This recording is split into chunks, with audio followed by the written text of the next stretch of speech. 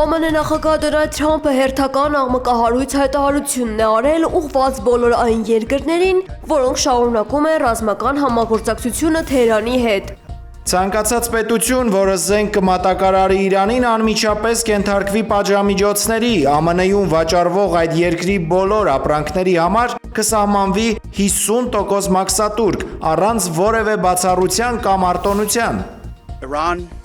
has been a threat to the United States and the free world. Թեհրանն այլևս չի կարող արտադրել հրթիռներ, արձակման կայաններ կամ անօդաչու թռչող սարքեր, նշել է պատերազմի նախարար Փիթ Հեքսեթը։ Նրա խոսքով Թրամփը հնարավորություն ուներ րոպեների ընթացքում կործանել Իրանի ամբողջ տնտեսությունը, սակայն ընտրեց ողորմածության ճանապարհը։ Համաձայնագրի պայմաններով Իրանից դուրս կբերվի արգելված ամբողջ միջուկային նյութը, իսկ օբյեկտների նկատմամբ կսահմանվի շուրջօրյա խիստ հսկողություն։ Թրամփի դիրքորոշումը հստակ է՝ Իրանը երբեք միջուկային զենք չի ունենա եւ վերջ, շեշտել է նա։ Müdahale sırasında Տարածաշրջանում հաստատված հրադադարի կայունության վերաբերյալ իր մտահոգությունն է հայտնել Թուրքիայի նախագահ Ռեջեփ Թայիփ Էրդողանը։ Նա զգուշացրել է, որ Իրանի եւ ԱՄՆ-ի միջև պայմանավորվածությունը կարող է տապալվել հնարավոր սադրանքների կամ սաբոտաժի հետևանքով եւ հույս է հայտնել, որ հրադադարը լիարժեքորեն կյանքի կկոչվի։ Այս զարգացումներին զուգահեռ իսրայելական կողմը զանգվածային հարձակումներ է իրականացրել Լիբանանի մայրաքաղաք Բեյրութում։